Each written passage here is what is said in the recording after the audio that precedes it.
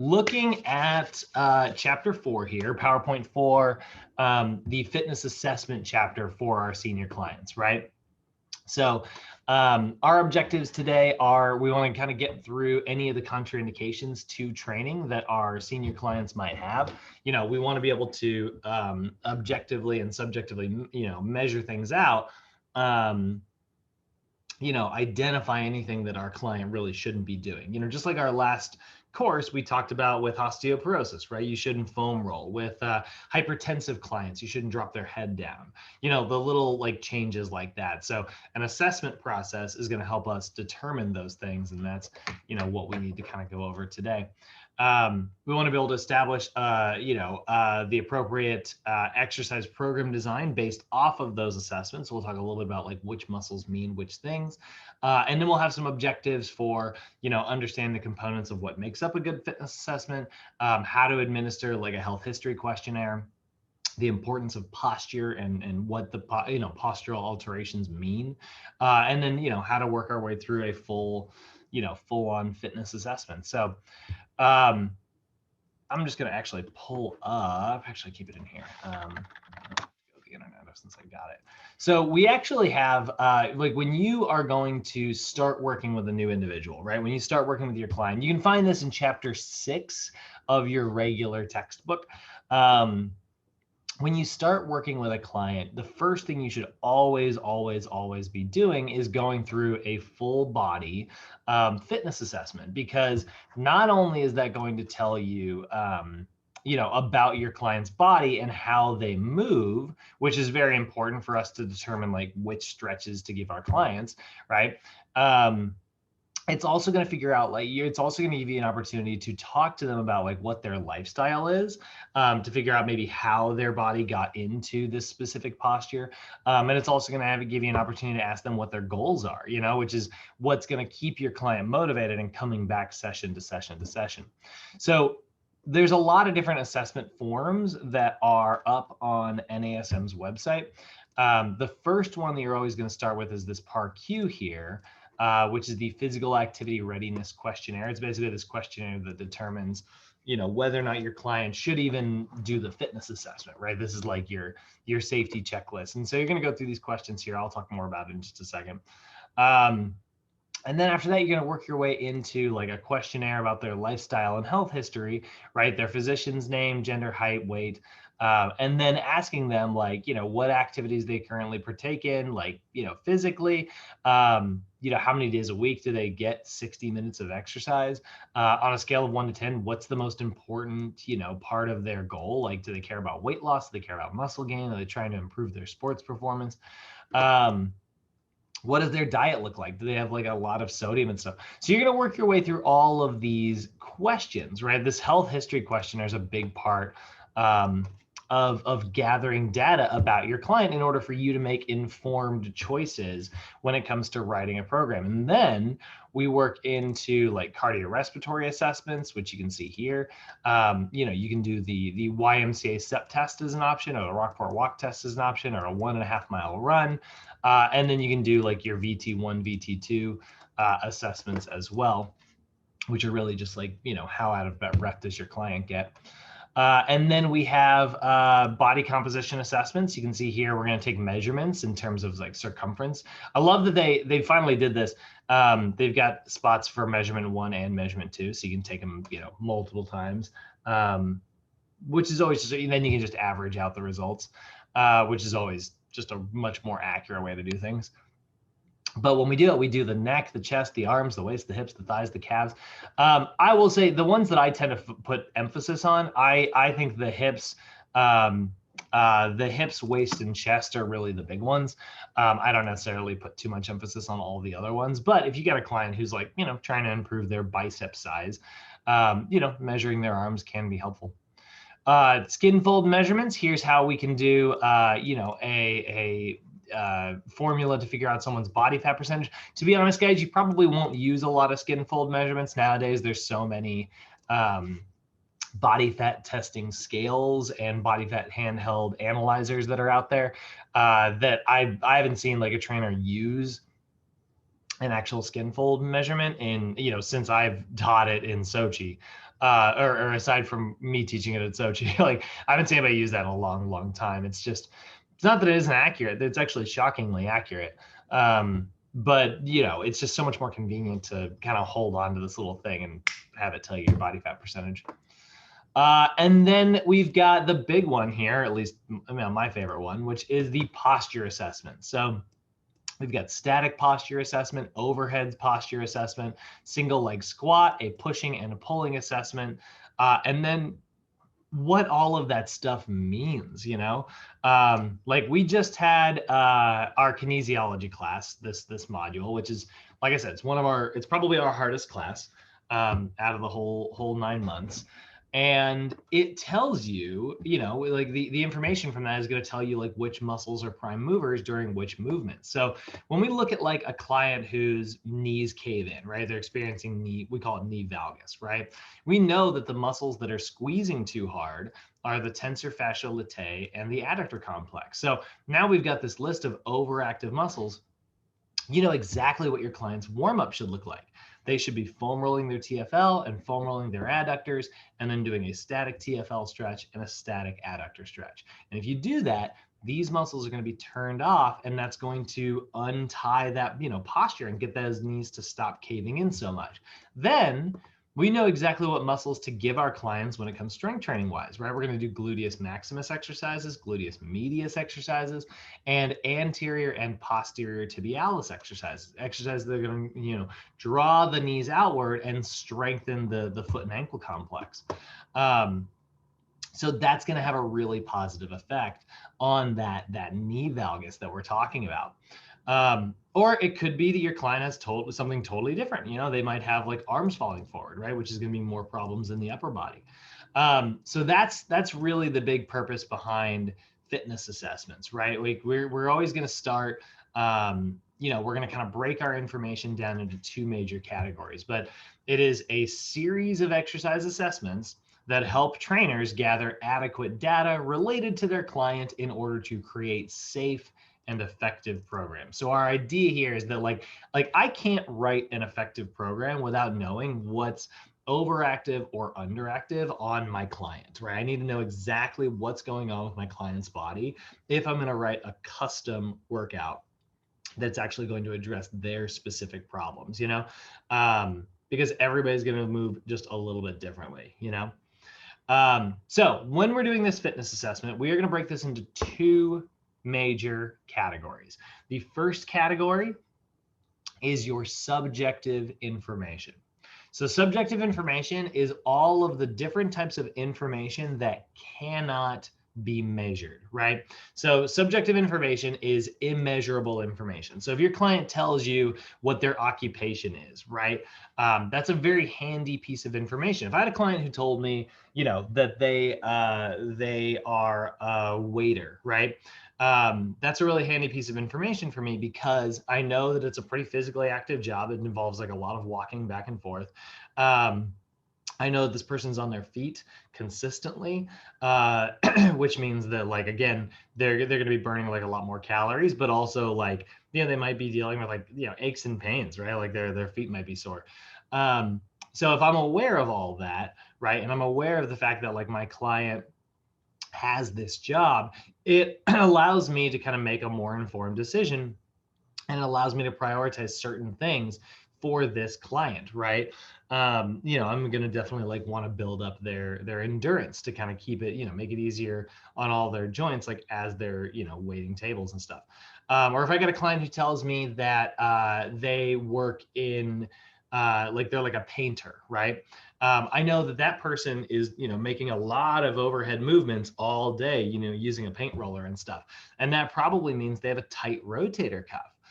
Because they're making the same motions with their shoulders over and over and over and over again. And so the soft tissue within that shoulder joint is going to get tighter and tighter and tighter. So I'm going to look for that, and I'm going to look for that shoulder rounding and see if we can address that through doing, external rotation exercises and things like that. If I got a client who tells me that they wear high heels at work, like an elevated heel, and this is not just women, I think we're thinking of like, traditional like high heels, but also like men who wear, like dress shoes that have like that really hard, that hard, I think it's something like, rubber sole in the back, that puts you into plantar flexion. If you are wearing shoes that put you into plantar flexion all day, it means that like you're going to be bad at dorsiflexion, right? Your plantar flexion muscles are going to be overactive and your dorsiflexion muscles are going to be underactive. So I definitely want to gather plenty of subjective information because that's going to help shade in how my client got the way they got, right? Like when I find their posture, the subjective information is really going to be the story behind why it got that way, right? And then obviously there is the objective information. Your objective information is the information that can be measured, right? This is the very measurable, usually number-based data, right? So objective information is something like someone's body weight or someone's height or their age, right? Usually there's a number associated with it, but it can also just be measurable things like, do their knees cave in? Yes or no, right? Do they have an excessive forward lean? Yes or no? Do they have a low back arch, right? That can also be objective information. Or how many pounds can you bench press? That's a great example of objective information. So, first thing we're going to talk about, let's go ahead and break down the pieces of our subjective information. So your subjective information is obviously very important with senior clients because, this is where you're going to do that PAR-Q, which is obviously going to keep you safe and your client safe. The PAR-Q is going to be a series of questions that are going to determine whether or not it is safe for your client to engage in like a physical activity, right? So it's a safety questionnaire that determines whether or not it's safe to even do the fitness assessment, let alone to actually like work with your client as like a, in a training session. It's a series of questions all related to the cardiorespiratory system. For the most part, there's one question about the bones. But for the most part, it's all questions about the cardiorespiratory systems. Like, have you had like shortness of breath in the last 30 days? Have you had like chest pain? Do you get chest pain when going up a flight of stairs? Questions like that. And then that's going to help you, understand like if your client's ticker is working the way it's supposed to, So if they answer yes to any of the questions on the PAR-Q, that is an immediate sign that they need to make sure that they get a doctor's permission before they start engaging in any physical activity. So you do want to make sure if your client says yes to anything on the PAR-Q, they have medical clearance from their doctor before they start exercising. Doesn't mean that you can't work with them. Like if they say yes to something on the PAR-Q, you can still train them as a client. You just want to make sure that you are not putting them at risk for like a heart attack or something like that. So that's the PAR-Q. The next one we've got is the general and medical history questionnaire. This is just a series of questions about your client's, medical history, but also like their general history, right? It's going to ask you, you're going to ask questions about like what their hobbies are and what their likes and dislikes, what's important to them. And this is going to, reveal like a lot of really, really, really valuable information, right? It's questions that reveal like which activities they engage in regular activity. If your client tells you they're like a tennis player, the second you hear that, that's something that you're like, great. I know that this person is going to really enjoy it when I give them a lot of like lateral movements. We are definitely going to do ice skaters as an example, right? Or a lateral X band walk, you're going to start thinking about like which types of exercises, help with your client's sport. If your client tells you they regularly are a swimmer, right? We're going to start putting emphasis on, exercises that are really good for swimmers. If your client tells you that they like to go hiking regularly, right? We're going to put emphasis on, staying on our feet. So, really handy pieces of information that can be found in this general / medical history question. Then you're also going to ask questions like which medications they're going to be on. That's going to be huge for senior clients, right? We definitely want to figure out like if they are on any specific medications that might affect their body physiologically during the training session, right? So if they say that like they're on a beta blocker, for instance, we know that beta blockers can lower your heart rate and lower your blood pressure. We know calcium channel blockers generally tend to leave the heart rate alone, but they can lower your blood pressure. So, diabetes, obviously, if you're taking insulin, that's going to lower your blood sugar. And so like we got to be cautious if our client like, starts engaging in physical activity and they do have diabetes. We don't want to, they burn through blood sugar. We burn through blood sugar when we're exercising. So we want to make sure that our client's blood sugar doesn't bottom out through the floor, So we want to know about any medications that they're on. We're going to gather that right in the beginning. That allows us to kind of make any alterations or at least keep an eye on things and watch for things that might happen during the session. So the great thing about like the subjective information as well, guys, is it is very questionnaire based. Like it's a series of questions that you are going to ask your client. So you might even just ask them like while you're doing this, any information on like how they've exercised in the past, right? You might ask them like, what's your experience with, physical activity in the past? Have you ever worked with a trainer? Have you ever had a gym membership? Figuring out like, what types of stuff that they have done in the past that maybe they've enjoyed. Again, that's going to help you make a much more constructive, pleasurable program for your client.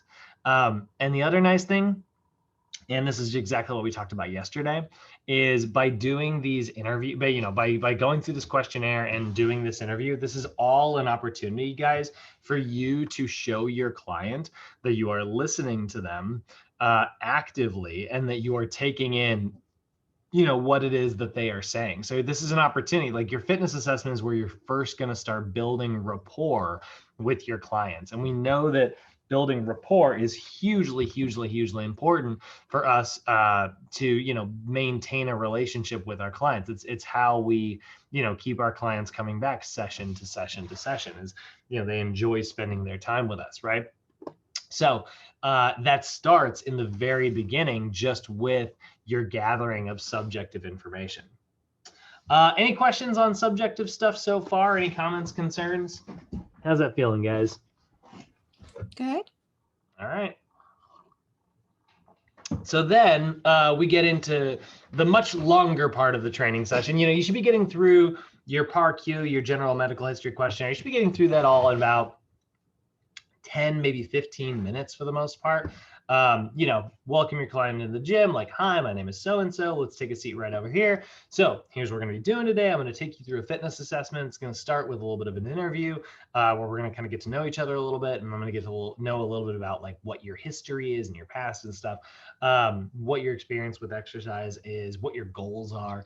And then we're going to work our way onto the gym floor where we're going to start breaking down some movement assessments that are going to help me understand like how your body moves naturally and what types of things you might need to work on, right? Maybe you need to strengthen your upper back, or maybe you need to strengthen your legs. I'm not going to know that until we put you through like these little, movement assessments and stuff. So then we'll also do a little bit of cardiovascular assessments. We'll see how your heart performs in comparison to, other individuals around your age and stuff. And that's going to determine, what type of cardio we give you, whether, we're kind of beating you up really hard in the beginning or if we're taking it easy. So that's kind of what our fitness assessment is sort of going to look like today, right? So you can see I was able to get through that explanation in probably about 1 minute. I got another, 9 to 14 minutes. Yeah, it should take 10 to 15 minutes to get through the entire PAR-Q, the entire general medical history questionnaire, before you can kind of get onto the gym floor. So then we're going to move our way onto the gym floor, and we're going to start covering our objective, measurable data.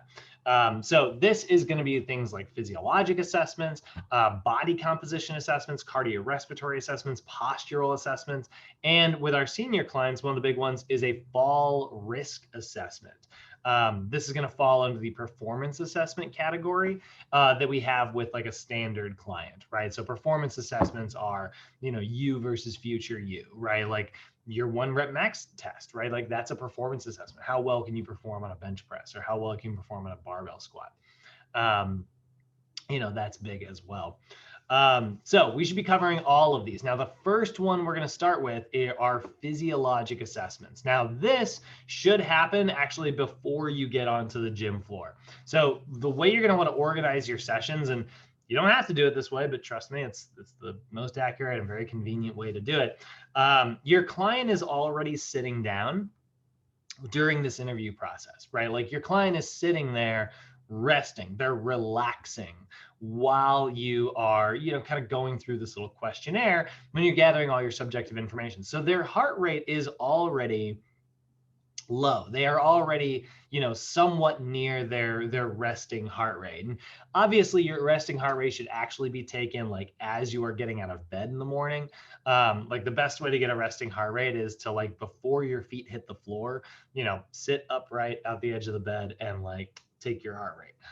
That'll give you your true, resting heart rate. But gathering that resting heart rate, while your client is like sitting is the next best thing, right? This is something we can do in the middle of our fitness assessment. So you are going to, before your client gets up, you're going to walk around the desk and you're going to say, okay, so the first thing I'm going to do is I'm going to gather your resting heart rate just to kind of use that in any formulas that I'm going to use to calculate what your target heart rate is later, right? So heart rate rest, or resting heart rate, is an individual's heart rate when they are completely at rest. The lower your heart rate, the more efficient your heart is. Like one thing we know is that a low resting heart rate is a really good indicator of cardiorespiratory health. If your client has a low resting heart rate, cardiovascularly, they're going to be in very good shape because their heart is able to pump, just as much blood as the next person's, but they're able to do it in less beats. So that means that the heart is squeezing harder, just like if you and I had to, get a bowling ball and, get it from one side of a football field to the other by throwing it medicine ball style, right? Whoever is stronger or more powerful, they're going to be able to throw that ball further. And so they're going to get it done in maybe 7 or 8 throws, and somebody else is going to get it done in more. So that is where we're looking at the idea of like a resting heart rate. Now, you're going to count this in a couple different ways. You can do whichever one you like. When I'm doing a resting heart rate, I know that their heart rate's not really moving around that much. So you can count the pulse for 30 seconds and then multiply it by 2. You can count that pulse for 10 seconds and multiply it by 6, 15 and multiply it by 4, or you can do a full just 60-second count. Obviously the 60-second count is going to be the most accurate, because like if you did like a 15 seconds multiplied by 4 and maybe you miss a half a beat in the beginning, that's going to mean that your client's heart rate is ever so slightly, you're counting a little bit lower than it actually is. But to be honest, guys, like at a resting level, it's not as big of a deal. I don't recommend doing the 6-second method and then multiplying by 10, even though that's the most convenient because it's literally so quick. You just 1, 2, 3, 4, 5, 6, right? Pretty fast. We don't recommend doing that for the resting heart rate.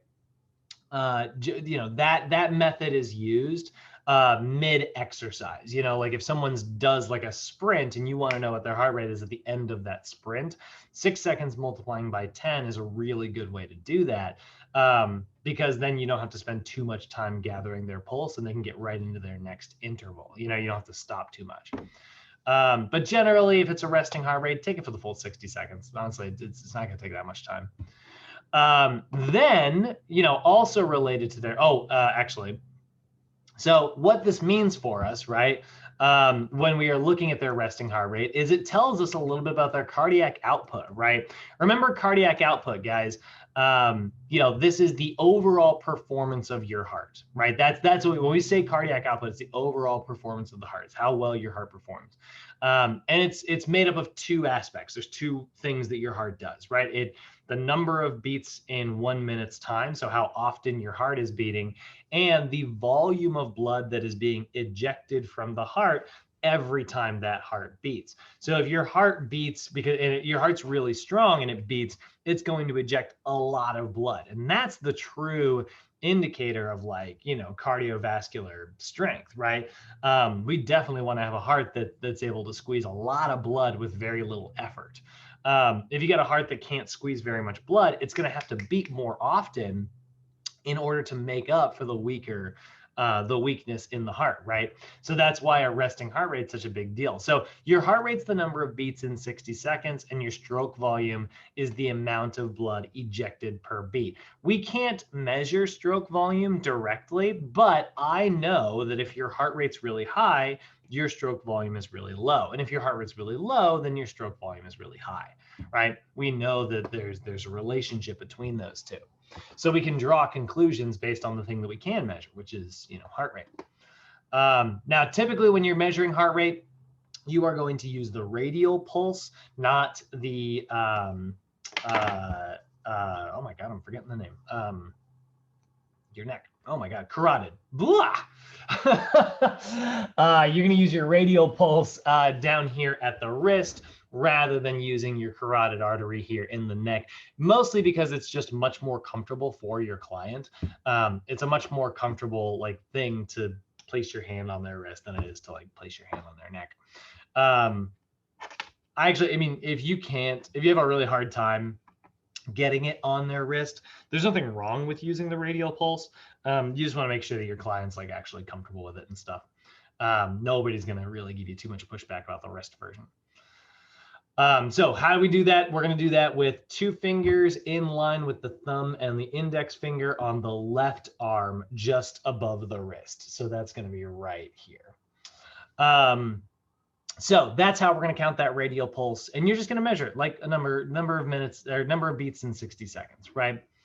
So that's a really handy piece of information to have. Once you have your client's, heart rate max, I'm actually going to open up an older version here. Where's the assessment? There it is. So here's a data result sheet. This is an assessment form that I made. Oh no, it's got a class. It's a classic example. Crap. I didn't realize this one was already filled out. All right, I must have saved over the original copy. Whoops. Well, anyway, here is an example of a client, right? So this is Bob Smith. He's 45 years old. Let's change that to 65. We'll make him a senior.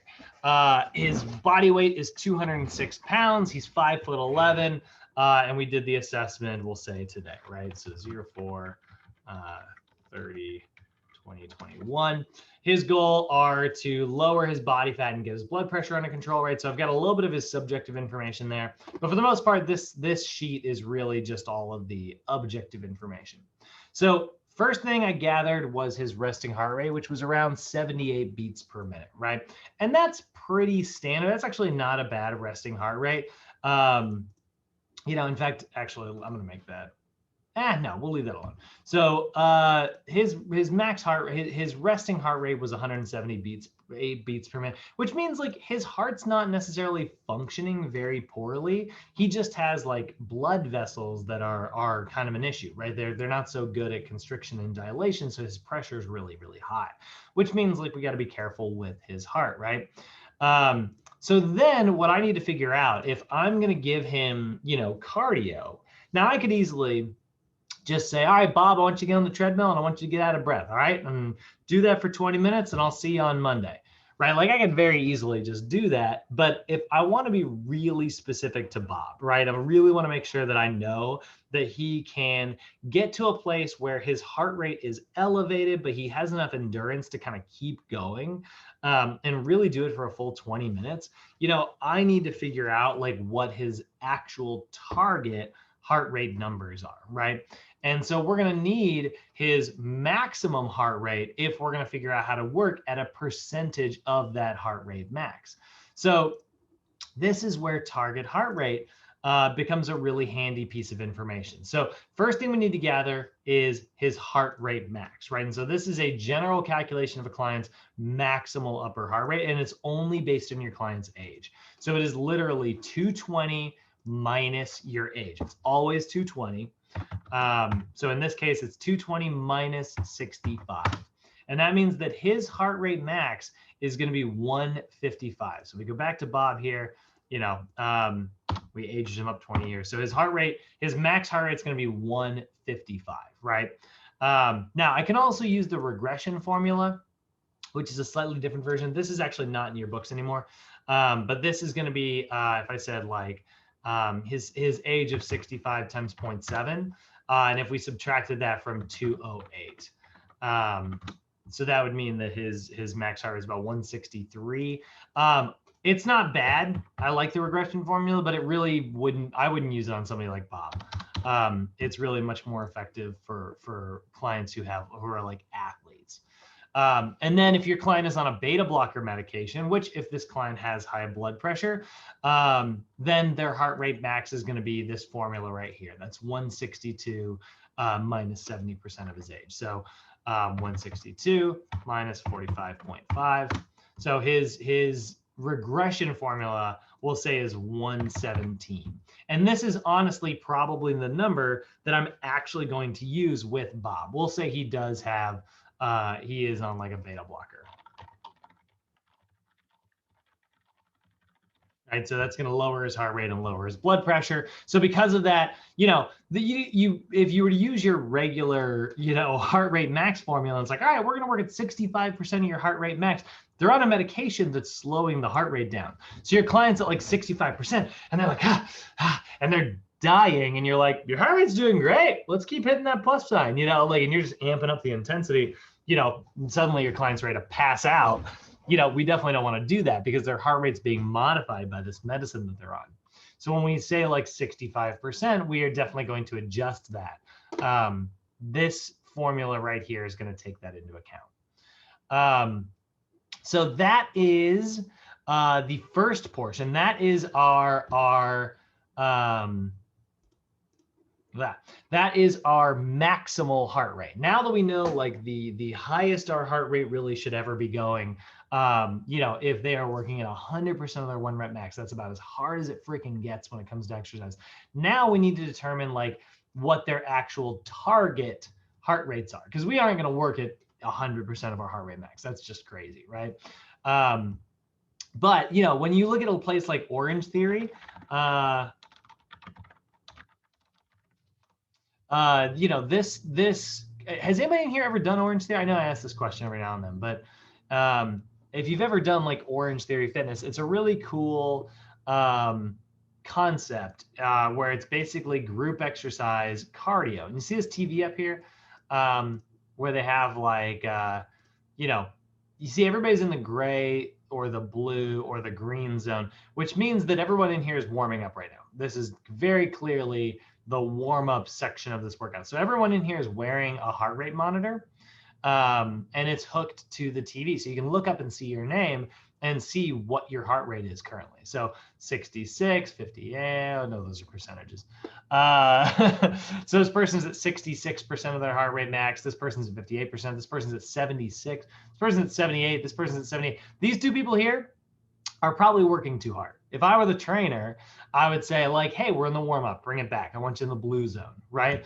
I'd really want my client kind of, you know, gently easing it. We're going to get everybody in the blue zone to warm up for maybe 5 or 10 minutes before we start taking them into, if we look up different pictures, I'm sure we'll see people who are in like the orange or the yellow or the red zones. I think they break it down. They're all like shades of orange. Yeah, so you can see here, right? So here's somebody who is at, you know, 102%, right? That's pretty freaking high. 81%, this person's slacking off, right? Like 88%, 94, 93. So it's kind of cool, right? It's able to kind of, you're able to break your client into their different zones of training and stuff. And if you do that, you know, you're going to make sure that you're, number one, keeping your client safe because you're not working them too hard. But also number two, you're going to make sure you're giving them a hard enough workout. I'm sure everybody in here has experienced those days where, you know, maybe you've gone for a run or maybe you've given yourself like 20 to 30 minutes to go for a run, and you get back and you're like, I didn't really push myself today, you know, like, right? Well, if you were paying attention to your target heart rate, you would have been able to, like, you know, kind of push a little bit harder. So that's where we need to figure out what these target heart rates are. Now, you could use a straight percentage formula. You absolutely could, right? If we go back to Bob here and we know that his max heart rate is 117. And if I wanted him to be at 65% or 75% of that, all I would have to do is very simply go 117 times 0.65, and that's going to give me 76.05. So a heart rate of 76. And then we would do the exact same thing, 117 times 0.75. That's going to be 88. So we'd want him to work somewhere between 76 and 88 beats per minute if we have him in zone 1. And that's where we start most of our clients, especially if our client here is on a beta blocker. We're definitely going to start him in zone 1. So that is the Karvinen, that is the straight percentage formula. The straight percentage formula is just heart rate max times intensity, right? But there's a much better formula that is much more accurate to your client because it's going to take into account their resting heart rate. So here's the thing, right? If I had, like, let's say, I had Isaiah and, Andres, I think, if I'm not mistaken, I think you guys are around the same age. If I were to just calculate, like, your guys' heart rate max 220 minus your age, and then multiply it by 65% and multiply it by 75%, that would give me a range. That would absolutely give me a range to work you in, right? So let's do it. I'll use myself as an example here, right? We'll say 220 minus 33 times 0.65. So that means that my zone 1 should be around 121 beats per minute. If I want to make sure I'm at 65% of my heart rate max. But that means that I'm getting the exact same workout as every 33-year-old in the world. It's just 220 minus 33 years of age. And we definitely know that, like, some 33-year-olds are in better shape than other ones, right? Some 65-year-olds are on beta blockers and some aren't. Some people have a certain resting heart rate and others don't. Like, this is all going to be affected by what your client's resting heart rate is, right? I'm sure everybody in this call feels like you guys are probably in slightly better shape than someone else of your age, right? So if that's the case, we need to use a different formula. And that is where the heart rate reserve method comes in. That is where we call it the Karvinen formula, or it's got two names. It's either the Karvinen formula or the heart rate reserve formula. Both of those are going to be used interchangeably. I don't know which version they're going to ask you on your tests and stuff. They use them completely interchangeably as often as they want. But what this is it's a slightly more complicated formula where you still use your heart rate max, but you take into account your client's resting heart rate. So you're going to subtract their resting heart rate from their heart rate max. Then you're going to multiply it by their desired intensity. So rather than just heart rate max times intensity, you take away their resting heart rate from their heart rate max. You multiply that by their intensity. And then because you took their heart rate rest out in the beginning, you have to put it back in at the end. So then we add it back on. So for me, right, my resting heart rate is around 56 beats per minute. So if we say 220 minus 33, right, that's 187, then I got to take out 56 more beats per minute because that's my resting heart rate. So minus 56, and that's going to give me 131. Then I'm going to multiply that by my desired intensity of 65%. So times 0.65, that gives me 85. Then I need to add on that resting heart rate of 56 afterwards, which gives me 141. So before, my target heart rate was around 131. Now my target heart rate's around 141, which means if I didn't do this target heart rate formula, if I didn't take into account my target, my clients' like heart rate reserve, they wouldn't be getting a very customized workout. They might be getting a workout that's too easy for them or a workout that's maybe too hard for them, right?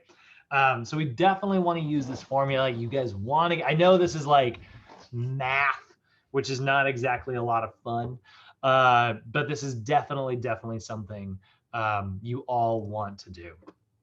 Does anybody have any questions on how to do this math? Do you guys feel like you could recreate this if I asked you to?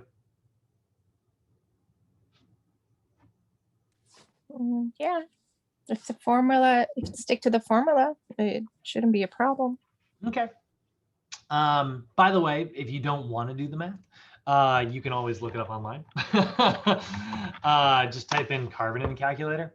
And the one that I like is this. I've literally been using this since college. BrianCalkins.net. They've never updated this website. But it's, you just enter your client's age, 33, their resting heart rate, and then hit calculate. And then there's all the numbers that we saw. There's 141 to 154. So there's my six. This would be my yellow zone, right? 141 to 154 is my yellow zone. My orange zone would be 161. I'm sorry, 154 to 167. And then my red zone would be 167 to 180. The old method, and I don't know why this website does this, but they got it blacked out here. But you can see the old method here would be 120. Oh, I was wrong. It was 122, not 131. 120, which is even more off, right? 122 to 140 instead of 141 to 154. So that's a big difference, right? So let's do our Carvenin formula for our client, Bob Smith here, who is on a beta blocker. So that changes his heart rate max to 117. So we're going to take 117 minus his resting heart rate, which we wrote down earlier was 78. We're going to multiply that by 0.65. And we're going to add on that 78 at the end. So his actual zone 1 is not 76 to 88. It's 103. And then it would be 117 minus 78 times 0.75, so 65 to 75%, plus 78. So that's going to be 103 to 107. And that's going to be Bob Smith's target heart rate. And honestly, with a client like this, we probably don't have to calculate zones 2 or zones 3 because they're pretty inappropriate for a client who is on beta blockers. So we are going to keep him in zone 1 to be sure. And that way I can say, all right, Bob, you got your heart rate monitor that was doctor prescribed, or, maybe your client doesn't have a heart rate monitor, and that's okay, right? You got them on the treadmill, and, they're going to look down at the time and they're going to watch it, let's say they're 15 minutes in, right? 15:01, 15:02, 15:03, right? And tell them to count for 6 seconds and then add a 0. So if they're counting and their heart rate comes out to, 10 beats, right? Or, if it comes out between like 10 and 11 beats, we know we're pretty much right where we want to be, right? That 10 beats over 6 seconds would be 100 BPM, or 11 beats would be, 110 BPM. It's not perfect, right? But it's a very quick way to do it without having to use an actual heart rate monitor. And so, that's pretty much right where we want our clients. Maybe a little high if it's 11, but, barely. So that's a really great cardio. That's a great way to kind of monitor your cardio. For those of you who maybe don't have a heart rate monitor, but you're interested in doing cardio, heart rate training, just wear a stopwatch and hit the start button and count your time for 6 seconds and add a 0. You can do a full 60 seconds too if you want to like freaking jog and hold your, good luck doing that. But 6 seconds multiplied by 10 is really handy. So that is our Carvenin formula. Here's our example, right? A 65-year-old client with a resting heart rate of 70. So this is different than Bob here. But that would be 155 minus 70 times 65% plus 70. So this person whose resting heart rate's not 78, this person's resting heart rate is just 70. 155 minus 70 times 0.65 plus 70. So Bob, who is the same age as this other person, is only allowed to work out at a heart rate of 103. This person's able to work at a heart rate of 125. Very different, right? One of the biggest reasons why it's so important for us to do accurate fitness assessments. You want to make sure that you are customizing this to your client. The nice thing here too, guys, is that it kind of takes the argument away from your clients.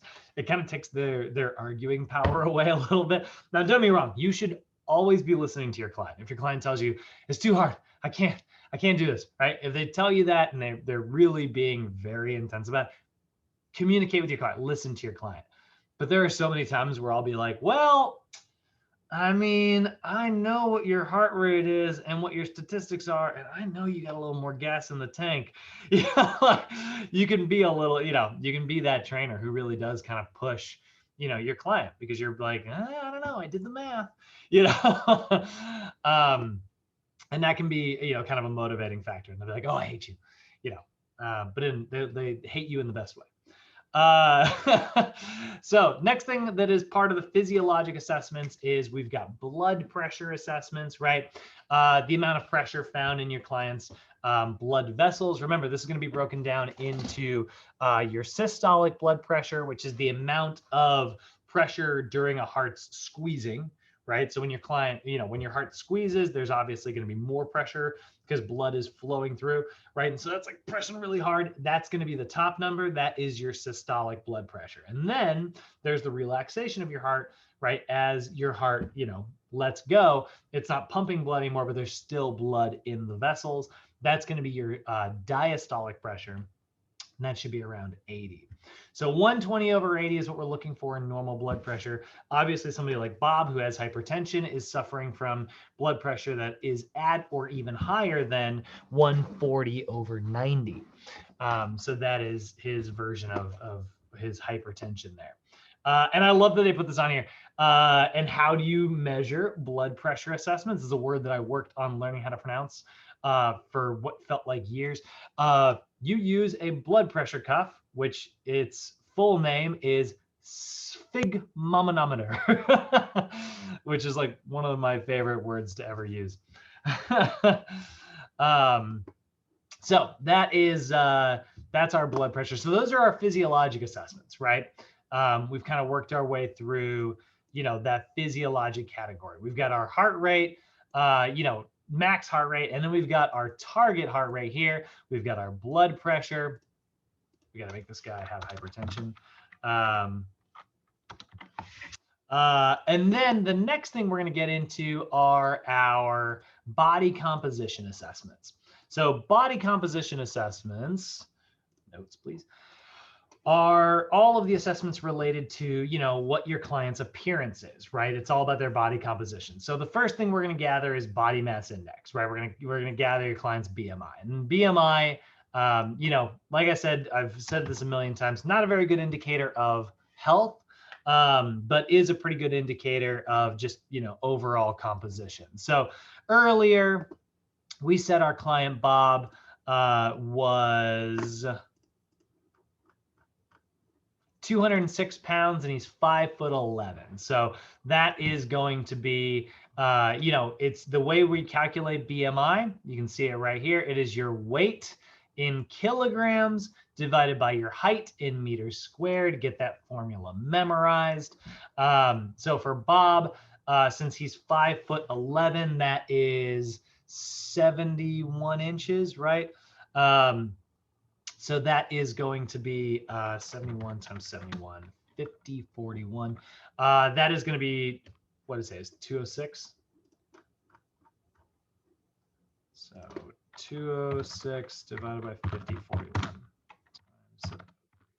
So Bob's BMI is 28.7, which I think I just rounded to 29 last time, but 28.7. So that's his BMI score, right? So that's obviously going to put Bob in the overweight category. It doesn't put him obese, right? Obese is anything greater than 30, but it does put him as overweight, which might explain why he's struggling with blood pressure issues. So that is how we calculate BMI. That's the first thing in body composition assessments. The next thing you're going to gather related to body composition is going to be body fat percentage. Now, there's a lot of different ways to measure body fat percentage, and you guys need to be a little familiar with all of them, at least because they might ask you a question related to any of them. So you need to kind of know scientifically what their definitions are, even if you don't necessarily need to know how to perform every single one of them. But one of the most common methods, or at least it used to be, is the skin fold measurement. So literally pinching a client's subcutaneous fat, in the biceps, the triceps, the iliac crest, which is right here on the front of the hip, and just below the scapula. Those 4 areas, when you're going to measure how many millimeters of like pinchable surface area there is there. And that's going to tell you, what their body fat percentage is. So if we look, that's called the Durnin-Wamersley formula. And it's this foresight method, that's pretty accurate. Like I said, it's shockingly accurate. How you wouldn't think that like something that could be easily moved around like pinching would be very good for testing body fat percentage, but it really does work quite well. So you do the triceps, you do the biceps, you do below the scapula, and you do just above the hip there. And what you're going to look at, can I get a table here, please? Images. Give me a table. There we go. Oh, that's right. There's a PDF. It's going to.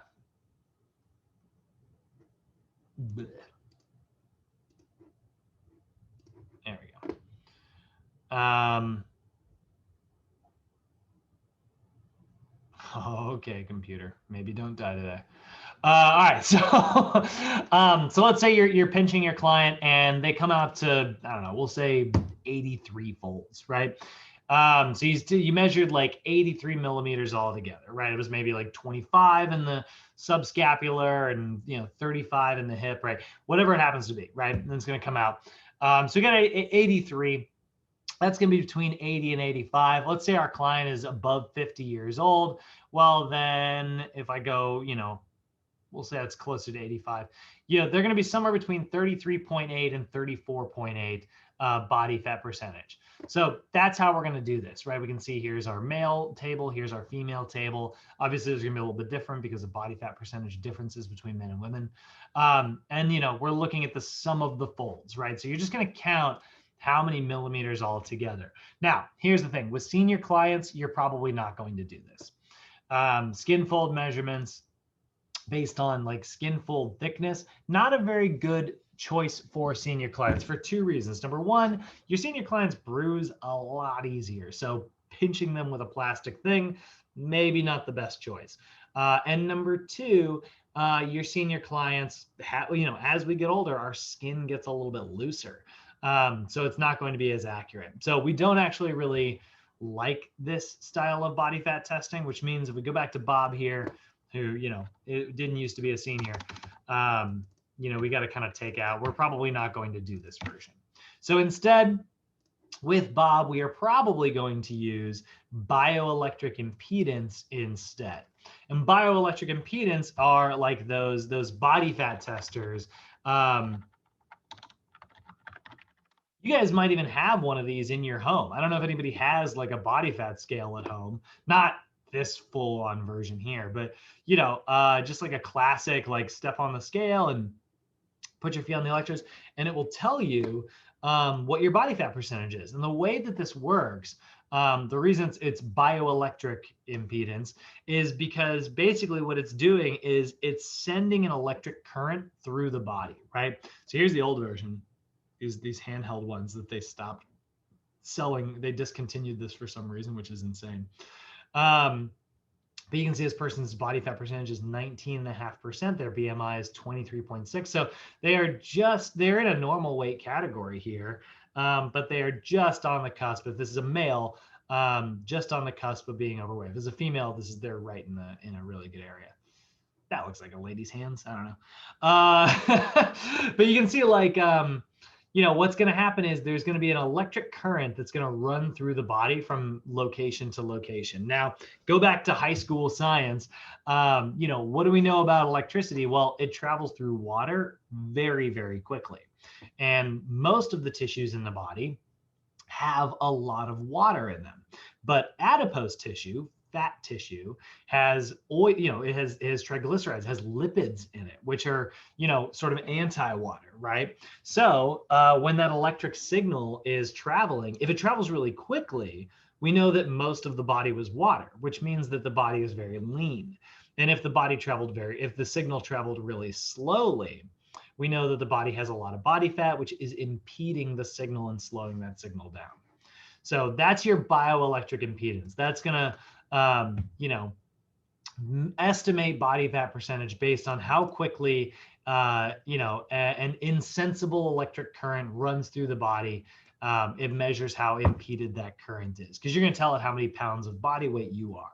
And so it uses that information to say, okay, well, it should travel this fast, but if it travels slower, the body fat percentage is higher. If it travels faster, body fat percentage is lower. And then there's also hydrostatic weighing, which is honestly the most accurate method. And that is where basically your client is going to get onto like a little thing like this. His feet are not going to touch the ground. They're going to sit on a little chair here, or they're going to be suspended with like this little frame like this. But it suspends you in the water and you exhale all of your air. And then all we have to do is just a little bit of fancy math. You measure your client, how much do they weigh? How much do they weigh underneath water? And how much do they weigh, above, just on regular land? And we know that there's a difference between, how much fat weighs underwater versus all the other tissues in the body and how much that weighs underwater. So if you weigh 200 pounds and you're very light underwater, that shows that you have a higher body fat percentage. But if you're 200 pounds and you're very heavy underwater, that shows that you have a lower body fat percentage. And that, like I said, is actually the most accurate method because we know exactly how much fat weighs. So those are the three different methods. Honestly, guys, you're probably going to do bioelectric impedance. This is the one that everybody uses in gym. It's quick, it's easy, it's effective. This is what we generally tend to focus on. So many gyms now have, we call them in-body machines, but it's this, bioelectric impedance scale with handles. They're only $4,000 now, which is crazy. These things were $10,000 when we bought one. But they're, these really big fancy scales, and they're going to tell you what your body fat percentage is and your muscle mass and stuff like that. So we calculated that out for Bob, and that came out to 33.2%. We ran through the in-body machine, right? Now, more in the realm of body composition assessments. We've also got circumference measurements. So circumference measurements are optional, but if your client has like body composition changes and that's their main goal, then this can be something really handy for you to track. And I always think it's good to gather and track as much data as possible because that gives you multiple things to pay attention to, right? You can pay attention to your client's body weight. You can pay attention to your client's circumference measurements. And if their body weight happens to stall, but their circumference measurements still go down, it's like, hey, I know your body weight stalled this week, but you are changing all of your, your inches are still changing, right? We're still seeing like a big benefit here. So we really like measuring circumference measurements. I find it impossible to make up circumference measurements. I can't do it off the top of my head, which is why this is blank. But that is sort of what we're going to do there. So circumference measurements, this is going to provide feedback about your client's body girth, right? And what you're going to do is you're going to use a tape measure to measure their neck, their chest along the nipple line, their waist along the belly button, or at the narrowest part of the waist. You get two options there. The hips at the widest portion of the hips, the thigh about 10 inches above the patella, the calves halfway, or at the widest circumference of the calves, and the biceps at the widest circumference of the arms there. So that is going to give us our circumference measurements. Now, I like circumference measurements. Like I said, I tend to put a little bit of emphasis, like the ones that are important are the chest, the waist, and the hips. And those are the kind of the main areas that really, really indicate like body fat changes, like you're going to lose weight from here and here, like on the belly and like in the hips. Those are kind of the main areas where you're going to see changes. I don't like doing the neck all that much. I don't like doing the arms or the thigh or the calves, only because like those things just don't change very often. You know, they're a lot slower. There's less surface area. They're not going to move as quick. You know, so they take a lot of time, and I tend to put a little bit of all my eggs really in just those 3 baskets. So chest, waist, and hips personally. Now, the ones you really do definitely always want to do, though, are waist and hips. And you're going to do those because that's going to give you a ratio of your waist to, we're going to have a waist to hip ratio. And this is a comparison of the narrowest part of your waist divided by the widest part of your hips, right? So when you are measuring waist to hip ratio, you want to make sure that you are looking always at the narrowest part of the waist, right? So you can see like here, right? We can see there's a very clear distinction in terms of what is narrow. That's the narrow part of this person's waist. That's where we do it. Our belly button's way down here. If you're measuring a male, a lot of times guys tend to be a little bit more just sort of flat all around. If there is no distinction, man, these are all just women. Can I there we go. So if you see like, you know, here, this is kind of just like a flat line. If that's the case, this person's honestly like, I wouldn't do it this way. This person's kind of just going up here. I would go right on the belly button. If there's no narrowing, go to the belly button. And the reason you do that is because that's a landmark that you can recreate consistently. Where, you know, the narrowest part of the waist is something you can observe and see every single time. So it's the easiest way for you to like see that guy there. He didn't have any narrowing. And he was going above his belly button. So he might measure in a slightly different place every time, which could give him slightly different results. So we're going to look here, and you can see like this person's waist versus this person's waist. What's funny is like this person obviously is much wider, but you'll notice their ratio is actually the same. This person's waist was 80 centimeters and their hips were 100 centimeters. This person's waist over here was 100 centimeters and 125. So this person's BMI is normal, and this person's BMI is putting them in the class 2 obesity range, right? So here's the thing. Their waist to hip ratio ended up being the same. Now, does that mean that both of these people are, you know, plenty healthy? Well, here's the thing. We want, when we're doing our waist to hip ratio, we want the number to be less than 0.95 for our male clients or less than 0.85 for our female clients. And women's numbers are just a little bit different because, again, they have a naturally wider pelvis.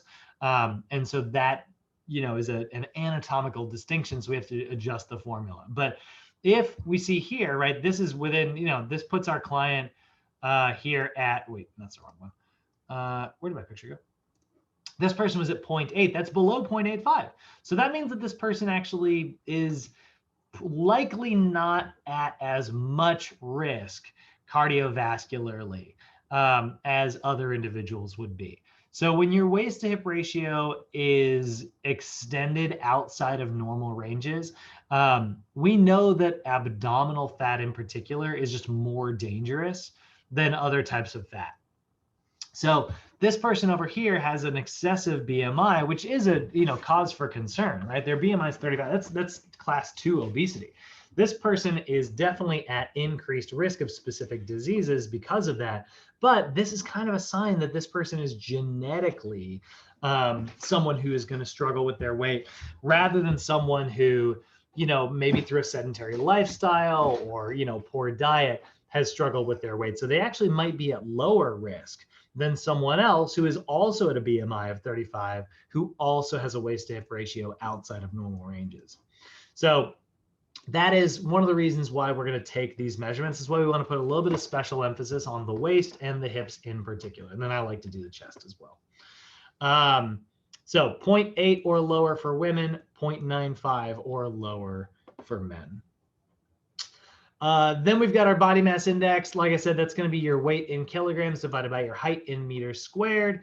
You could also do the dumb American formula, which is weight in pounds divided by height in inches squared. And then you multiply the whole thing by 703. But don't do that formula. Memorize the metric one. Trust me, it's the only one they're going to test you on. They won't ask you this formula on your test. They will only ask you this version. So then we've got cardiorespiratory assessments. So those are body composition stuff. Then we've got to get into the cardio stuff. We got to figure out like, well, all right, so now we know what our body looks like. We know how our heart generally performs, at least, we know our targets when it comes to the heart rate. We don't actually know 100% how it performs yet. So now we got to get into like, all right, how does the actual cardiovascular system do when we put a certain amount of stress on it?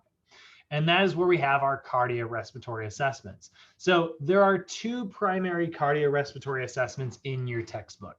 There is the Rockport walk test or the YMCA 3-minute step test. Both of these are interchangeable. They're both very, very good. They just are performed very differently. So the Rockport walk test is a 1-mile walk where your client walks as absolutely fast as they can without breaking into a jog. So you want to make sure that they walk it, but they don't get into a jogging pace. And that's probably going to take anywhere from, 12 to 16 minutes, or maybe even longer.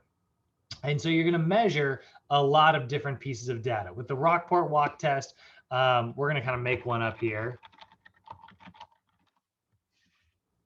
You can go to a calculator here. Let's say we got our client here. He's 65 years old. He was 203 pounds. His heart rate at the end of the assessment. So what you want to do is you make your client walk the entire mile. And then the second they are done with that 1-mile walk, you are going to get their heart rate as fast as you can. If they're wearing a heart rate monitor, great. That's going to tell you exactly what their heart rate is in that moment. But you want to make sure that you get it quickly. So I like 15 seconds multiplied by 4 at the end of a Rockport walk test. You can do 6 seconds multiplied by 10. That totally works just fine. Go for it. So let's say our client's heart rate was, we'll say 119. Actually, see, they're on a beta blocker. So honestly, like this assessment would definitely be, honestly, like you wouldn't do it with a 65-year-old client. You wouldn't do it with, that's not true. You wouldn't do it with a client who is on a beta blocker. But for the sake of argument today, because I want to go through it, let's say our client did it and their heart rate was, we'll say 125. And it took them 18 minutes and 14 seconds to walk that mile, right? So they're taking it pretty easy, but their heart rate's still pretty high for them, right? So if we hit calculate here, their score is, they're in the bottom one percentile. That's pretty bad. Let's make this 16 minutes. So we'll put them in the 9th percentile. Actually, sorry, no, his score was 9. That puts him in the 33rd percentile. Still well below what we want it to be. We want to be at least around the 50th percentile. So that gives them a poor rating. Clearly, their cardiovascular system does not perform very well, right? Now, if his heart rate was down to like, let's say 90 beats per minute, when we hit calculate, that person would be around average, right? That puts them at a much, much, much, much, much better score. Or let's say their heart rate was 85, right? That's still going to put them in average, actually. I'm kind of surprised.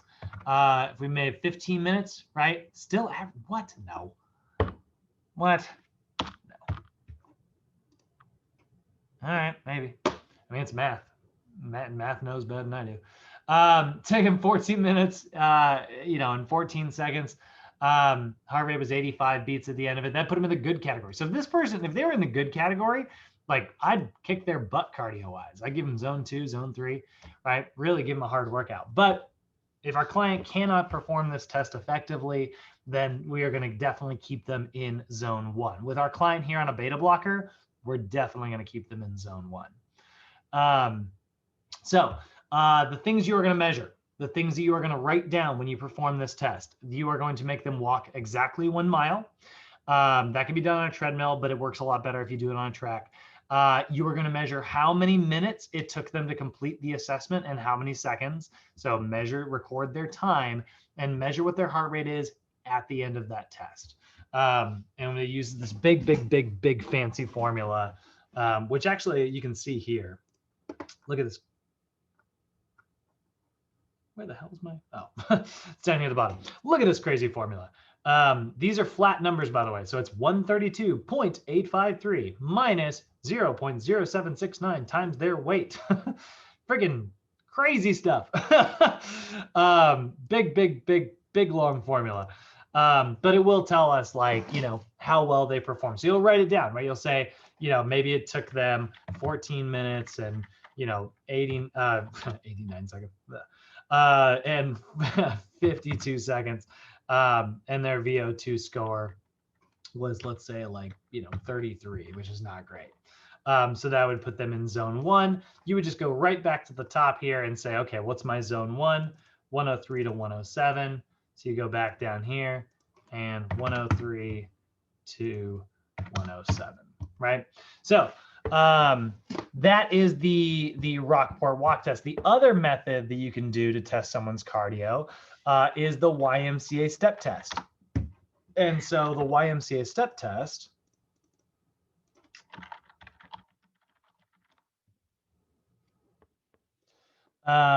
is always performed on a 12-inch box. So that's a classic, like, stair stepper that they have in the gyms with 2 risers under each side. Good Lord. And what you're going to do is you're going to have 4 risers on each side. And you're going to have your client step with their left first and their right second, up, down, down, left, right, up, down, down. And you're going to play a metronome at 96 beats per minute. And that's how often they should be taking a step.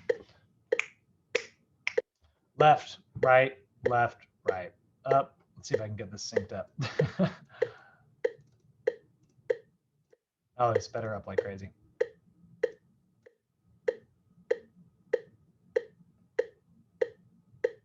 We did it. We synced the video with the steps.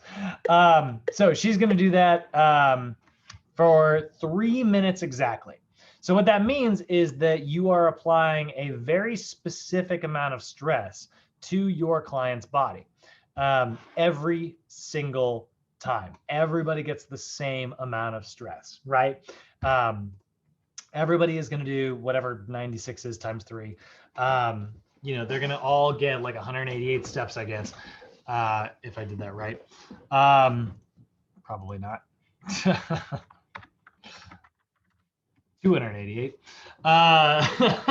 So that's going to give them, 288 steps, every client who's ever done this test. And they've all done it on a 12-inch step. So we know that everyone got the same amount of stress, and we know what your heart rate should be recovering to if you are in good shape. So what we're going to do is we're going to look on a table and figure out what your pulse actually recovered to.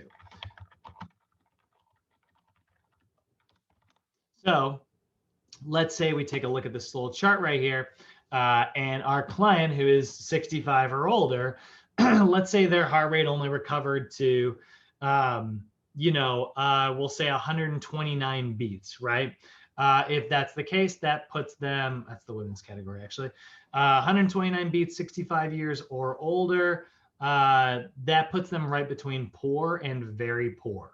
So again, our client's cardiovascular system is not so strong. So we'll say 129, that definitely puts them below average, which definitely puts them in zone 1. Again, since our client is on a beta blocker, all of these numbers are going to be screwed up. So we wouldn't actually do this assessment. We would just be basing it on the straight percentage formula. But that, for a regular client, is how you perform your cardiorespiratory assessments. Any questions on that so far, guys? Questions, comments, concerns? How are you guys feeling about the cardio assessments? Good. All righty. Next thing we got to look at are our dynamic postural assessments.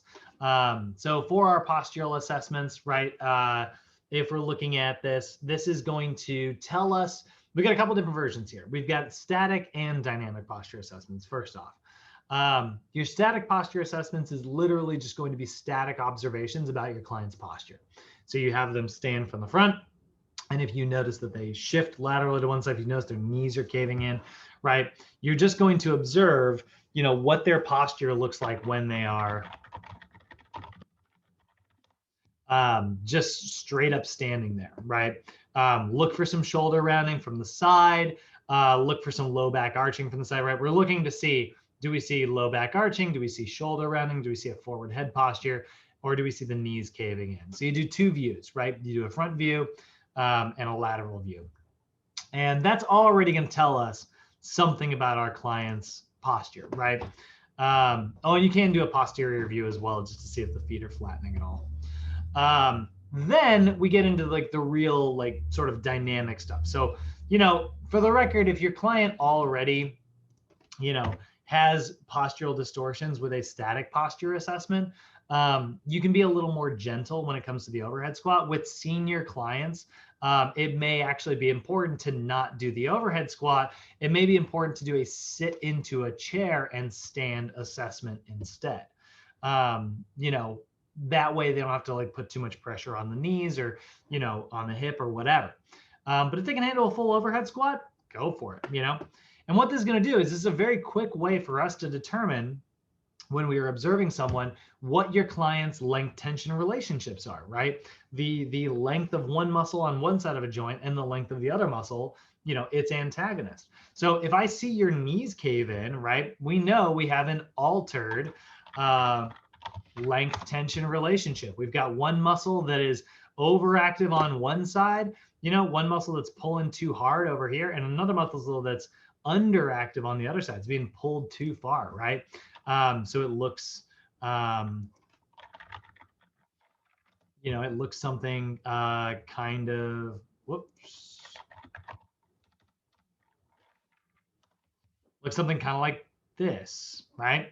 We see alterations in those joints. Way too short, way too long. Not awesome. And that's going to result in rotations, right? You can see here is like, you know, excessive anterior pelvic tilting, right? So this is where the hip flexors are overactive, the rectus abdominis is overactive, the erector spinae is overactive, and the hamstrings and the glutes are underactive, right? So that's what's causing this anterior dumping of the pelvis there. So we observe that. And we're also going to know a little bit about our client's force coupled relationships. We know which muscles are, you know, not squeezing hard enough. So our kinetic chain checkpoints during the overhead squat, the areas that we are going to look at are going to be the foot and ankle complex, the knees, the lumbopelvic hip complex, the shoulders, and a little bit about the cervical spine, although this one's much more of a static postural assessment. You don't really look for this in the overhead squat.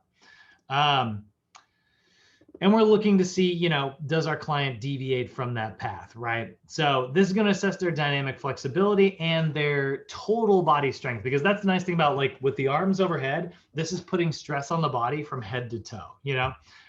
So instruct your client to stand feet shoulder width apart with toes pointed straight ahead, arms overhead, palms in a neutral position, and have them squat about 5 times down to the height of about a chair if they can. If they can't handle that, you can have them sit into a chair. And you're going to observe from the front view and from the side view. So in our example here, let's say Bob, what we noticed is that his feet turned down on both sides, on his left more so than his right, but his knees were caving in on both sides. So Bob's squat probably looked something kind of like this. He had his arms up overhead, and as he was squatting, you know, he just had a little bit of this knee caving in action, right? In his shoulder complex, we also saw his arms fall forward. So when we did a lateral observation, right, we noticed that as he was squatting, he had a really hard time keeping his arms up overhead. So we saw that in both versions there, right? So now I know a little bit about like which muscles are overactive and which muscles are underactive, right? If I look at my tables here, which are in your textbooks, by the way, and you know, you guys want to be familiar with all these, use our knowledge of kinesiology, right? What muscle, if we think about like what knees caving in is, right? Knees caving inwards. What do we know about that, right, guys? That's adduction of the thigh, right? If we go back to kinesiology, right, this is hip adduction, right? It's also hip internal rotation. So when the knee's caving in, it is adducting and internally rotating. So which muscle does hip internal rotation? That's going to be my tensor fascia latae. What muscle does hip adduction? That's my adductor complex, right? So now, if I look on my list here, guess what? Shocker of the year, right? When we see our knee valgus, we see the overactive muscles as the tensor fascia latae and the adductor complex. So if we are clearly doing way too much adduction, and we are clearly doing way too much hip internal rotation, we need to do the exact opposite when it comes to strengthening exercises. We need to strengthen hip external rotators, and we need to strengthen hip abductors. Which muscle does hip external rotation? Your moneymaker, right? That's the glute. It's going to cave my knees back out. It's going to swing that gate open, right? And what muscle does hip abduction? That's the other side of your moneymaker. That's your gluteus medius, right? So your gluteus maximus and your gluteus medius are our two underactive muscles here. So in our client with feet turning out, right, that's the same thing. That's going to be an overactive hamstring muscle and overactive lateral gastrocnemius. So the biceps femoris short head and the gastrocnemius. Did I close that thing? Of course I did.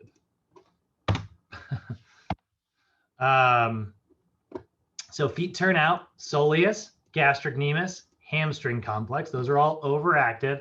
And then underactive, we're going to see the anterior and posterior tibialis. And there's the glutes again. So shocker, right? Who would have thought? These things are often going to go hand in hand. It's often when your client has feet turn out, they will also have knees cave in. Then we've got that arms falling forward. That's going to be a tight latissimus dorsi, right? Remember, the arms are being pulled this way. So what muscle pulls your arms this way? Your lats, right? Your latissimus dorsi, which is in charge of, those pull-ups or chin-ups, right? Adduction and shoulder extension. Both those things are the lats. So that's an overactive muscle with the arms falling forward. But also the teres major, which is that internal rotator cuff that rounds our shoulders forward this way, right? And then the pectoralis major and the pectoralis minor, which also rounds our shoulders forward. So just right now, you guys are sitting home, try rounding your shoulder and then try to raise your arms up overhead. It's literally impossible. I can try to drop my head down, right? Cannot get the arms high. It's impossible. So those are the muscles that all need to be turned off before we start working out. These are all the muscles we need to shut down. And then we need to strengthen muscles in the upper back to hold our arms up overhead. Your middle trapezius, your lower trapezius, both of those need to be turned on. Your rhomboids and your posterior deltoid back here. All of those muscles are going to round your shoulders back and get you into a neutral position, which is going to make it a lot easier. I mean, look at, just by rounding my shoulders back, if I put my scapula in the right spot, look at this. My arms go behind my ears, right? Versus if I round them, I literally can't get them any higher. God, that hurts. I need a second. Okay. So, I don't like bad posture. It don't feel good. So that is our overhead squat. So there's Bob, right? So we know his overactive muscles, TFL, biceps femoris, short head, soleus, gastrocnemius, adductor complex, latissimus dorsi, teres major, pectoralis major, and pectoralis minor. So that's a pretty big list. I probably don't want to have to do 9 stretches and 9 foam rolling techniques before every single training session. But if I had him on an upper body day and a lower body day, so if I put him on a 2-day split, I can address half of that list on one day and the other half on another day. And that's not too much, right? That's a pretty normal length warm up. And then I can encourage them to do it at home every single day, get through all of them, right? And 10 stretches is not that much. Like that's 10 minutes of stretching plus 10 minutes of foam rolling, 15, 20 minutes, right? It's not that bad. So that is Bob. But let's go ahead and get back into the PowerPoint here. So here's what you're going to ask yourself. This is the stuff. Kenny, Dalen, you guys might remember when we were doing the overhead squat stuff on the soap notes, when we were talking about it, we were breaking down, I was like, you gotta ask yourself, like, what happens during the overhead squat? So our 5 checkpoints: feet, knees, hips, low back, cervical spine, right? Neck. Those are your 5 points. At the feet, do the feet turn out? Do they flatten or do the heels rise? Those are the 3 things you need to find out. In the knees, do the knees cave in or do they cave out? In the hips, do they anterior tilt? Do they posterior tilt? Or do they excessively lean? In the arms, do the arms fall forward? That one's simple. And in the neck, does the neck crane forward? Those guys, these questions here, you should be asking yourself every single client, every single time. You should be analyzing these questions every day. I want everybody in this call right now, most important thing I'm going to teach you in this entire module is to look for these things here. Do the feet turn out? Do the feet flatten? Do the heels rise? Do the knees cave in? Do the knees cave out? Do they lean forward? Do they arch? Do they round? Do they fall forward? Do their head come forward? Those are 10 things that you need to be looking at every time. So if I looked at someone, I would ask myself question 1, 2, 3, and I'd go up to 10 questions. Be like, all right, here's what I know about your posture. Next person, boom, 10 things, boom, 10 things, right? You want to be able to fire the stuff out as quickly as you can. So these are all of the compensations that we look for. Now, obviously, are there other ones? Yeah, sure. There's lateral shifting and rotations and things like that, but you're going to look for those in way, way, way more advanced assessments. These here are the ones that will honestly get you started, and they go a long way. I mean, you make your whole career just focusing on these movements alone. And then we look at the overhead.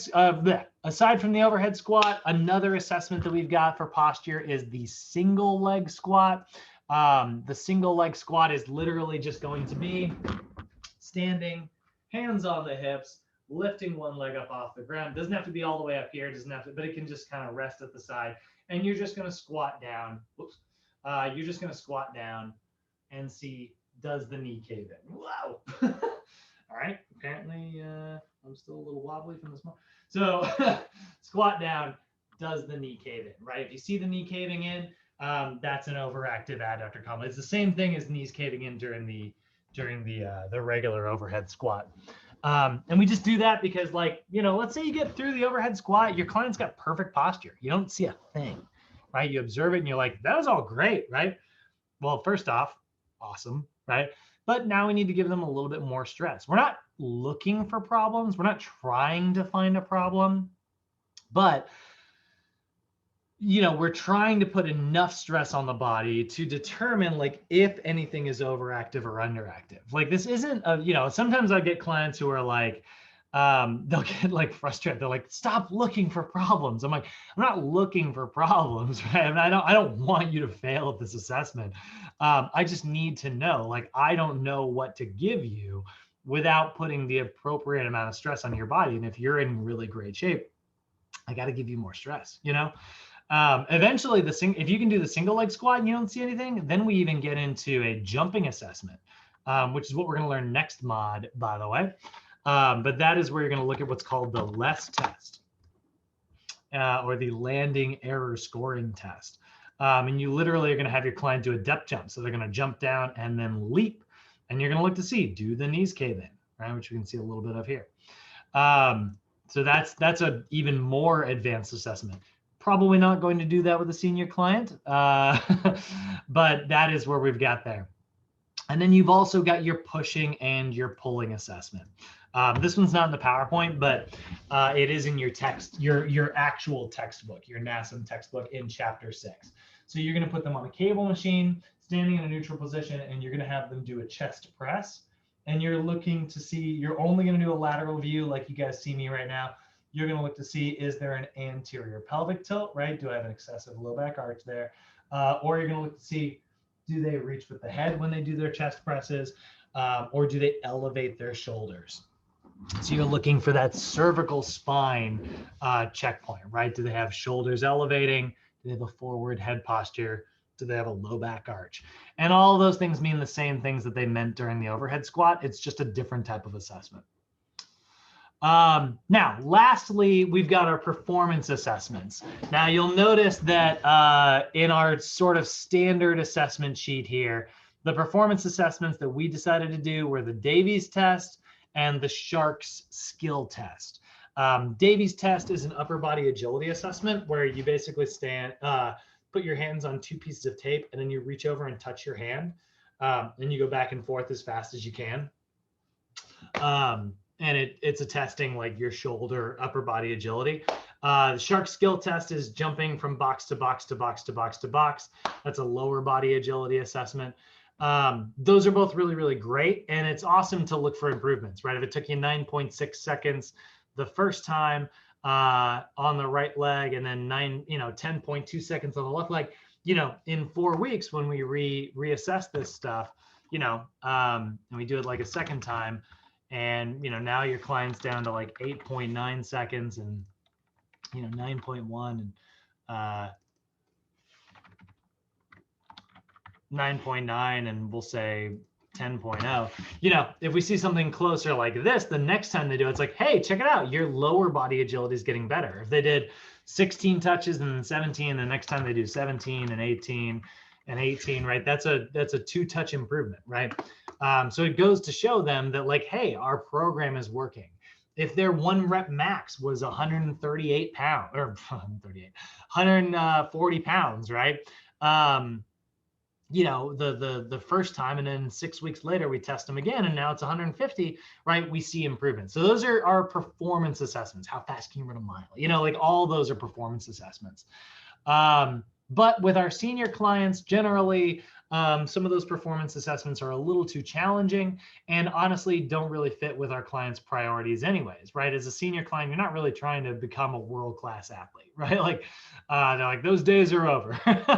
Instead, what they're more focused on is, are they likely to fall? What's their risk for falling? And this is where we have what is called the tug test, or the timed up and go assessment. This is going to assess overall motor function and your client's risk of falling. So the tug test looks like this. Actually, can I get a picture of this? Yeah. We're going to be looking at the timed up and go test to assess fall risk in the elderly population. God, I hate people who do that.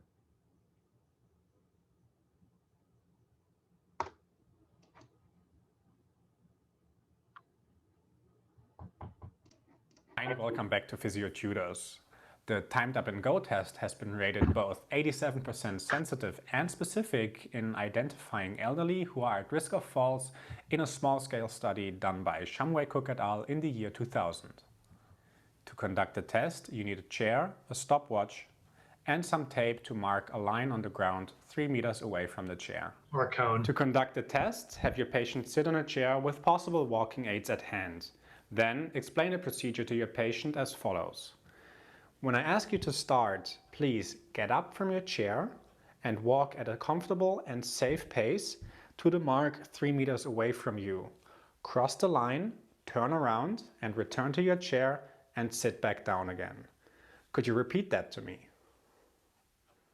If your patient has understood the process, ask the patient to start the test. Once you ask the patient to start the test, you will start the stopwatch and only stop it until the patient is seated again. Okay, Kai, you may start.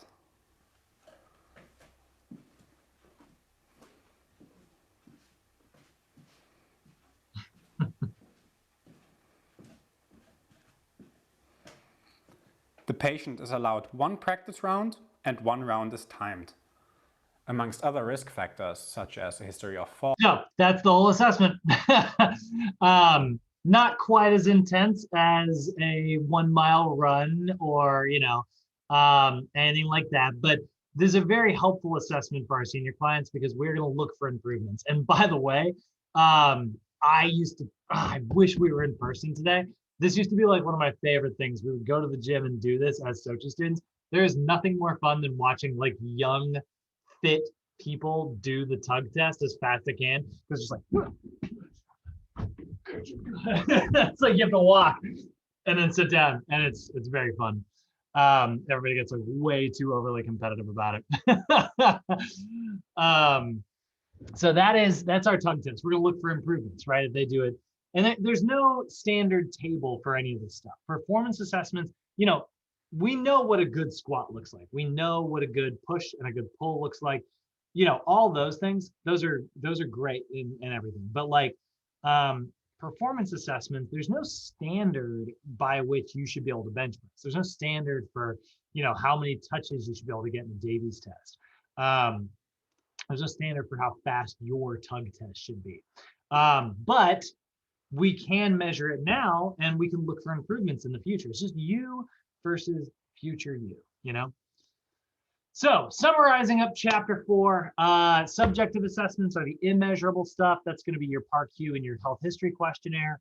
Your objective stuff, we've got physiologic assessments, such as heart rate and blood pressure, cardiorespiratory assessments, such as the YMCA step test, the rock floor walk test, posture assessments, which are the static, overhead, single leg, push and pull.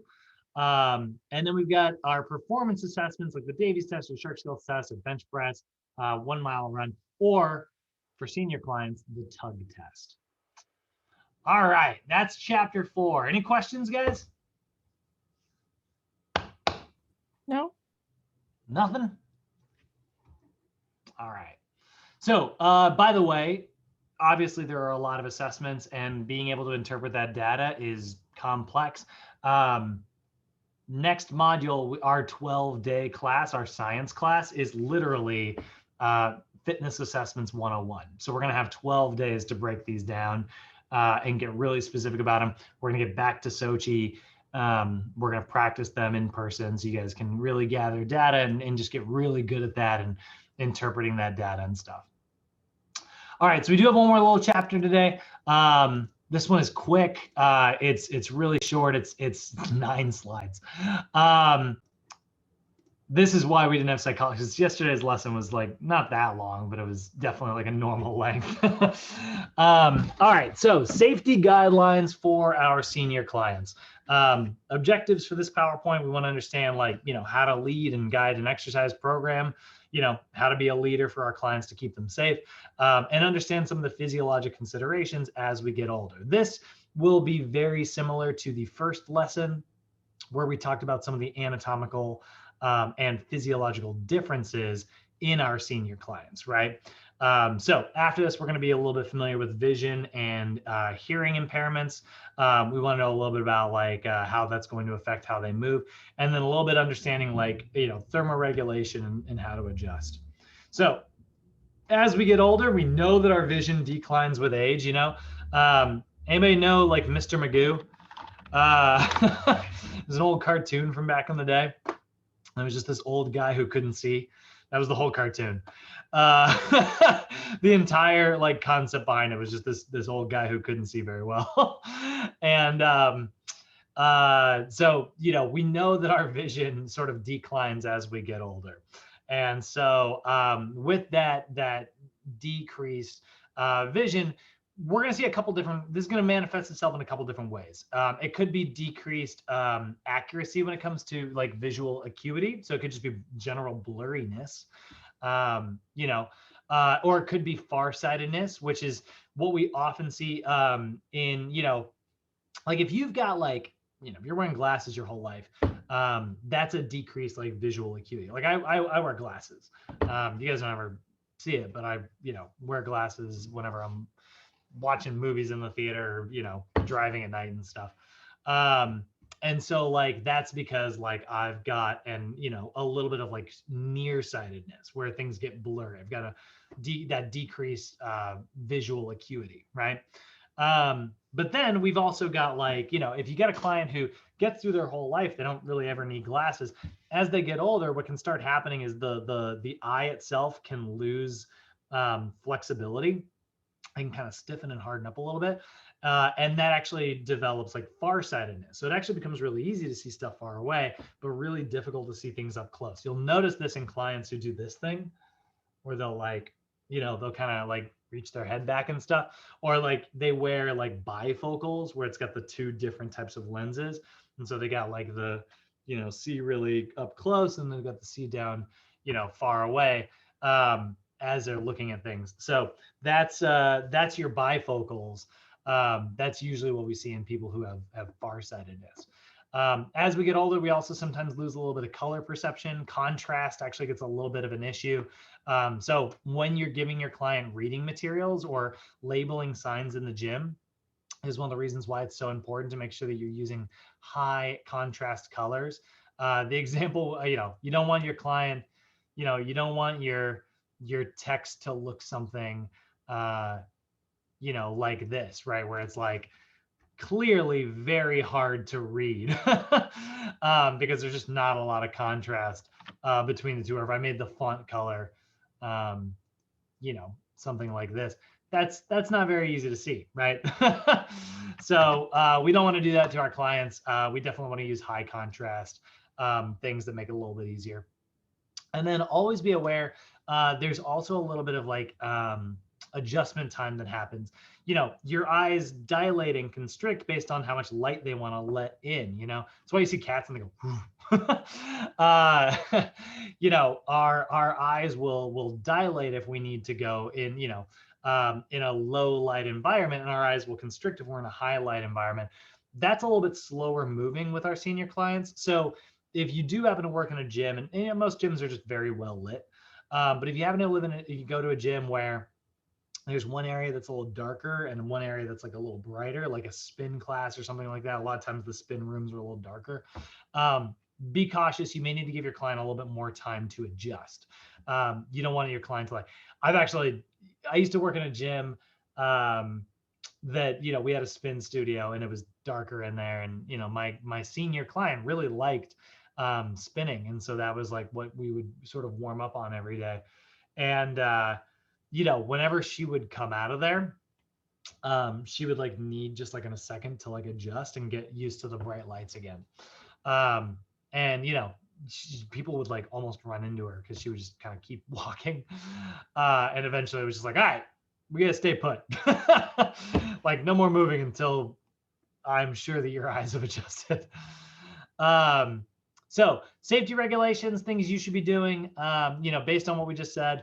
Use large print, use high contrast images, bold print, black and white, or at least something that's high contrast. Don't stand in front of bright light sources for your client because they are going to have a harder time adjusting. Where you are placing yourself as you are coaching your client, make sure you're not standing in front of a bright light source. One of the things we're going to see is hearing impairments in a second.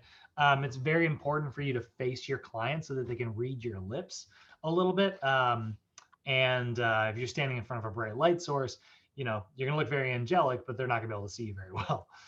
And then give them a extra adjustment time as they are going from room to room, from maybe a brighter room to a darker room or vice versa. Hearing impairments, this is another big one. As we get older, we do know that like higher frequencies become harder to hear. This is actually where it is very helpful for you, if you are training a senior client, to speak in your lower registry. So just using a little bit of a deeper tone can actually be very effective. Not saying you have to like completely speak down here like this or do like a bit, but just speaking in like a slightly lower registry can be a really helpful way for you to communicate with your clients. So using that high frequency can sometimes be a little bit harder for your clients to hear. They'll also sometimes have conductive hearing loss, which is basically where sound waves are not transmitting very effectively. And so it often results in a lot of what we call sound masking, where it becomes really difficult to differentiate between one sound and another. And that's where like a lot of times like, huh? Right.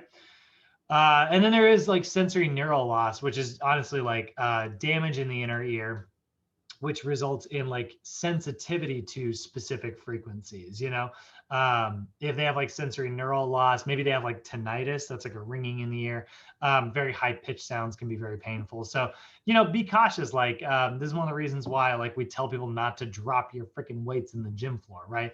I don't really care if you drop dumb. I mean, I do. Don't drop anything. But if you're dropping like, a lat pull down machine, those plates are going to slam. It's really loud. That could, be very painful for a senior client. So just be aware of that. So sensory, safety recommendations. What do you need to do? Always face your client when you're speaking. That way, like if they do have a hard time hearing you, they can still see your mouth and how it's moving, and they can read your lips a little bit. Speak slowly and clearly, but do not shout. A lot of times being louder is not actually going to help. It's not a problem that they can't hear you. It's a problem that they can't differentiate between what you're saying and what someone else, like what another sound is. So the louder of the two sounds is not going to have any positive impact. So just speak clearly and slowly. And then talk with your hands, go a little Italian, provide visual references, point to what you're doing, demo, show your client, what the movements they're going to be doing are, give them a visual reference. That is going to be a big deal. Thermoregulation changes. So the last thing, as we get older, we are not so good at regulating temperature, which is hilarious because for those of you who were in our last module, we talked about how kids are also really bad at regulating their temperature. As we get older and the skin tends to get a little baggier, that means that we lose, sweating is a lot more difficult. So it doesn't have, we see a lot less sweat production in our senior clients. And that means that they can overheat very, very easily because they're not venting that heat out of the body. They also have poor circulation. Thinner and stiffer blood vessels means that blood's not going to transport quite as easily. So they're likely able to get either too hot or too cold. So tell your client to avoid baggy clothing. That's another thing. This is avoiding baggy. It doesn't have much to do with temperature, but dude, it's always the senior clients who show up in like, these old school friggin' track suits that are just like, okay, well, first off, that's amazing. They'll end up in these friggin' big baggy ass track suits that are just going to get caught on every machine and cause so many problems. Do not let your client wear baggy clothing. Any client, baggy enough to move, but like that stuff gets caught on machines that might pinch your, I mean, at least it's not like heavy machinery or anything like that, but it is still like stuff that'll hurt, it'll bruise, so avoid baggy clothing, be cautious with that stuff. Proper foot care, very important for, our senior clients. Instruct them to wear the appropriate shoes. Again, senior clients seem to always wear like those, like, tennis shoes that are hanging on the rack at like Rite Aid and stuff. That stuff does not offer enough grip. It doesn't offer any ankle support. Instruct your client in proper footwear. That is a big deal. So both those are really important. They're not necessarily thermoregulation things, but instruct your client to dress in layers and tell them not to wear too baggy of clothing. Just a regular sweatshirt is fine. So thermoregulation and clothing recommendations, encourage your client to drink water regularly. That's going to help them from overheating. If you need to, you can also include some electrolytes in that water, which can help with that fluid balance. Dress them in layers, but avoid baggy clothing. So that way that if they get too hot, they can strip down. If they get too cold, they can layer up. And always, always, always recommend safe but comfortable shoes. So, like I said, we're going to see vision changes, hearing changes, thermoregulation changes. All of those things are something that we should be aware of, and so that we can make recommendations and keep our clients safe and happy. Told you it was a short chapter. Any questions on that, guys? Any questions on like the safety stuff? Or Nope. questions, comments, concerns about the day in general? You guys got anything for me today? No? All right, guys. Well, that's about all I got for you. You guys are on to your weekends. And no what's today? Today's day 3. Yeah, no homework today. We'll have our next piece of homework on Monday, but your homework, read these chapters. And I recommend, we are definitely going to be revisiting it, and we will read the entire chapter next module. But if you've got time on your hands and you want to really get a leg up, I promise you one of the best things you can do for yourself, read the assessment chapter in today's, in the senior manual, and then read the safety guidelines one. And I say chapter, it's like 2 pages. But then read chapter 6 in your NASM textbook this weekend. That is the overall like regular assessments chapter. That's the stuff you're actually going to be tested on when you go to pass your actual exam. So, all right, guys, I'm kicking you out of here, and I will see all y'all tomorrow. That's not true. I'll see all y'all on Monday.